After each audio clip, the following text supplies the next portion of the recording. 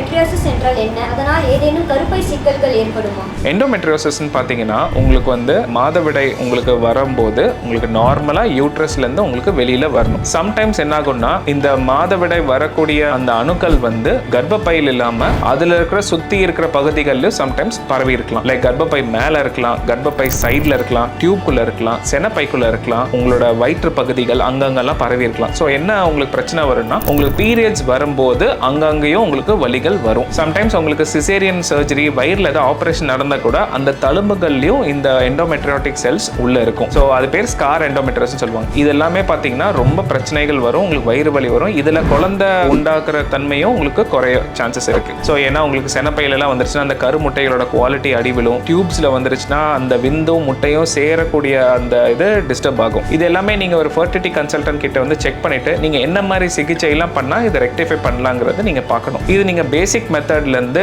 Advance surgery வரைக்கும் பண்ணக்கூடிய இது இருக்கலாம். உங்களுக்கு நீங்கள் எந்த ஸ்டேஜில் இருக்கீங்கிறது முன்கூட்டியே நீங்கள் தெரிஞ்சுக்கிட்டீங்கன்னா உங்களுக்கு சேஃப்.